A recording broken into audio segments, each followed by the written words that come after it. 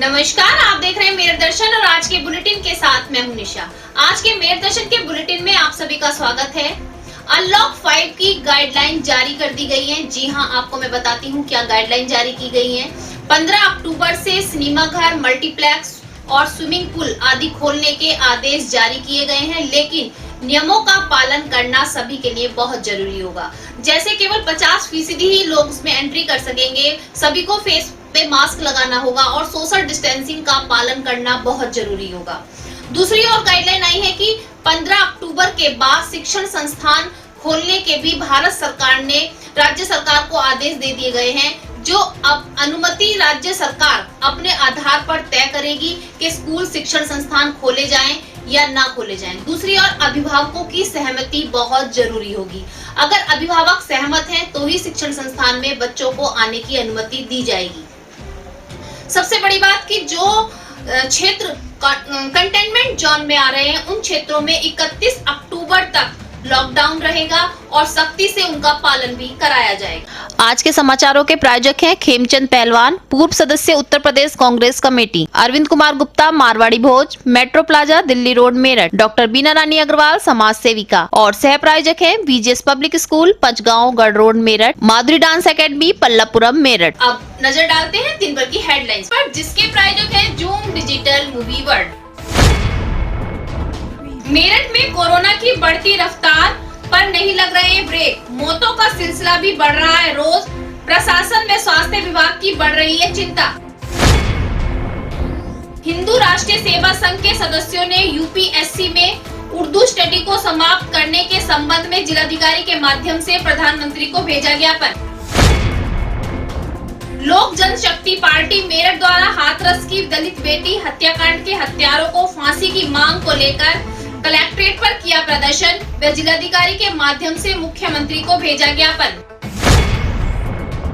न्याय पार्टी के सदस्यों ने हाथरस की बेटी को न्याय दिलाने की मांग को लेकर जिलाधिकारी के माध्यम से मुख्यमंत्री को भेजा ज्ञापन। कहा, आरोपियों को जल्द से जल्द मिले सजा व परिवार को मिले न्याय।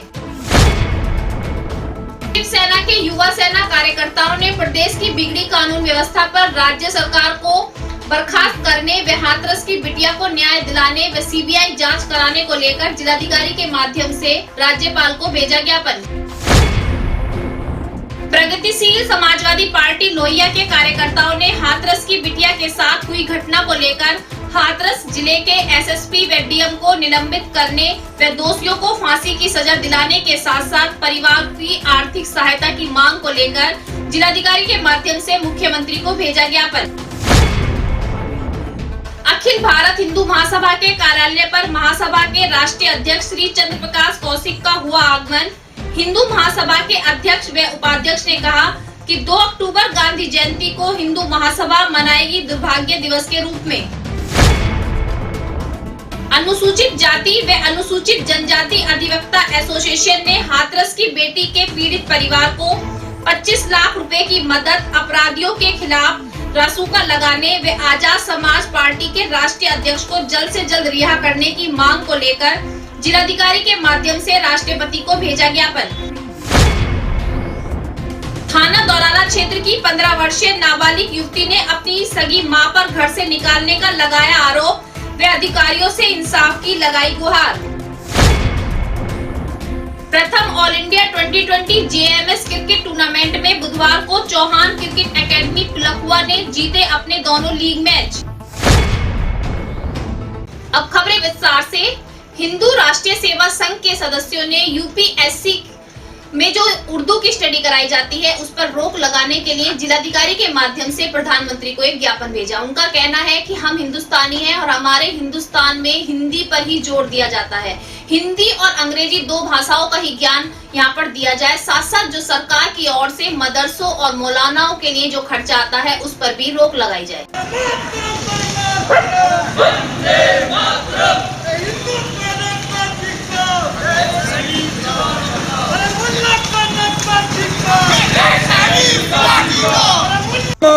हिंदू है मैदान में, देश के सम्मान में। हिंदू है मैदान में, देश के सम्मान में। हिंदू है मैदान में। भारत यूपीएससी में उर्दू एसटीडी ये लागू की हुई है, जिसमें केवल मुसलमान IAS, IPS, PCS, PPS बन रहे हैं। इससे पूर्व भी इंजीनियर हुए, डॉक्टर हुए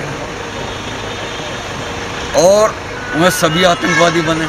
तो क्या गारंटी है कि ये जो देश की जो सेवा कर सकते हैं। 2013 में मुजफ्फरनगर में एक कप्तान हुए थे, वो मुस्लिम थे और जिस समय वहाँ दंगा हो रहा था लोगों ने मांग की कि साहब इनको रोका जाए, तो उन्होंने एक ही शब्द था कि मैं पहला मुसलमान हूँ, उसके बाद मैं जिला कप्तान। तो इन पर क्या भरोसा किया जाए कि देश सेवा करेंगे, जनता की सेवा करेंगे। दूसरे, भारत सरकार के पास राज्य कर्मचारी को देने के लिए पैसा नहीं है, उनके वेतन भत्ते रोक दिए जा रहे हैं और मौलवियों को वेतन दिया जा रहा है। ऐसा क्यों? यदि ऐसा है तो मंदिर के पुजारी को क्यों न दिया जाएगा? देश से बाहर तो है नहीं, ये हिंदुस्तान है न कि पाकिस्तान है। तीसरे, 2 बच्चों का कानून लागू किया जाए, चाहे जिस स्थिति में हो। यदि देश को बचाना है तो 2 बच्चों सरकार को कानून लाना हो। चौथे, धारा 30 और 30A संविधान अनुच्छेद की, इसको तत्काल खत्म किया जाए, जो कांग्रेस ने हिंदू विरोधी बनाई थी और हिंदुओं को पतन का कारण है और हिंदुओं का पतन होता आ रहा है, इसलिए हिंदू की हत्या होती आ रही है आज तक, और इसलिए हिंदुओं को कोई कहीं सुनवाई नहीं है। धारा 30A और 30 को आप पढ़कर देख लीजिए कहीं भी संविधान में। चौथे, हमारा इस जो मुस्लिम कंट्रियां हैं वो 24 और 28% पे मुस्लिम कंट्रियां घोषित हो गई, तो 80% है हिंदुस्तान में तो हिंदुओं की संख्या, तो हिंदू राष्ट्र घोषित क्यों नहीं? इन मांगों को लेकर हम प्रधानमंत्री जी से मांग करते हैं और यदि हमारी ये मांग पूरी नहीं होती और 3 हफ्ते में हमको कोई जवाब नहीं मिलता तो हम पूरे भारत में इसको फैलाएंगे और हो सकता है कि ये उत्तेजित न हो जाए। जय हिंद, जय भारत, वंदे मातरम। वहीं दूसरी ओर हाथरस की बेटी को न्याय दिलाने के लिए न्याय पार्टी आगे आई और उसके सदस्यों ने भी आज जिलाधिकारी के माध्यम से मुख्यमंत्री को एक ज्ञापन भेजा। उन्होंने कहा कि जो अपराधी खुलेआम घूम रहे हैं उनको सजा दी जाए और उस बेटी के परिवार को न्याय दिया जाए, ताकि साथ साथ उनको आर्थिक मदद भी दी जाए। हम आज यहाँ ज्ञापन कचहरी में दे रहे हैं माननीय मुख्यमंत्री योगी आदित्यनाथ जी के नाम, जिलाधिकारी मेरठ के माध्यम से। तो जो हाथरस में अभी एक दुष्कर्म पीड़िता की मृत्यु हुई है और उसके साथ जघन्य हत्याकांड हुआ है, तो उसके विरोध में और हम सरकार से मांग कर रहे हैं कि उसके हत्यारे को, जो भी 2 हों 4 हों, उन्हें फांसी की सज़ा दी जाए, कानून जो भी कानून बनता हो, और उसके हिसाब से जो उनके परिवार वाले हैं, पीड़िता के जो परिवार वाले हैं, उन्हें सुरक्षा प्रदान की जाए और उन्हें आर्थिक सहायता प्रदान की जाए, ताकि उन्हें कोई दबाव में ना आ सके या किसी भी तरीके का उनका भी उत्पीड़न आगे ना हो सके। और ऐसी आगे घटना रोकने के लिए हम चाहते हैं, सरकार से हमारी मांग है कि ऐसे कठोर प्रयास किए जाएं ताकि इस तरह के दुस्साहस करने वालों की हिम्मत ना पड़ सके और ऐसा कानून बनाया जाए। ये न्याय पार्टी की हमारी मांग है। कानून व्यवस्था जो बिगड़ती जा रही है, यूपी में कहा जा रहा था कि बेटी पढ़ाओ बेटी बचाओ, साथ साथ कानून व्यवस्था बिल्कुल सतर्क रहेगी, लेकिन कानून व्यवस्था बिगड़ने से बहुत से अपराध जन्म ले रहे हैं। जी हाँ, उसी को लेकर आज शिवसेना के युवा सेना कार्यकर्ता कलेक्ट्रेट पर पहुंचे और प्रदर्शन करते हुए जिलाधिकारी के माध्यम से मुख्यमंत्री को एक ज्ञापन भेजा। उन्होंने कहा कि दलित बेटी के साथ जो अन्याय हुआ है उसके खिलाफ कार्रवाई की जाए, साथ साथ CBI जांच भी की जाए और हाथरस के जो अधिकारी हैं उनके खिलाफ भी कार्रवाई की जाए। फांसी दो, फांसी दो, मनीषा के हत्यारों को फांसी दो, फांसी दो, मनीषा के फांसी दो, फांसी दो, मनीषा के। हाथरस में जो घटना घटी है उससे पूरा देश स्तब्ध है और ऐसा लगता है कि प्रदेश में कानून व्यवस्था नाम की कोई चीज नहीं रह गई। प्रदेश में आए दिन हत्या, लूट, बलात्कार की घटनाएं आम हो चुकी हैं। आम जनता त्रस्त है और हाथरस की जो घटना घटी है उसको लेकर हम प्रदेश से मांग करते हैं, प्रदेश सरकार से, कि पीड़ित परिवार को 1 करोड़ रुपए मुआवजा दिया जाए तथा पीड़ित परिवार के एक व्यक्ति को सरकारी नौकरी दी जाए और जितने भी दोषी हैं उनके खिलाफ सख्त कार्रवाई हो, कम से कम फांसी की सजा की हम मांग करते हैं। वहीं दूसरी ओर प्रगतिशील समाजवादी पार्टी लोहिया के कार्यकर्ता भी आगे आए और उन्होंने कहा कि दलित बेटी को न्याय दिलाने के लिए जो हाथरस के अधिकारी हैं, SSP और DM, उन्होंने कोई भी कार्रवाई अब तक नहीं की है, उनको निलंबित किया जाए। साथ साथ न्याय दिलाने के लिए जो आरोपी हैं उनको फांसी की सजा दी जाए और उसके परिवार को आर्थिक सहायता दी जाए।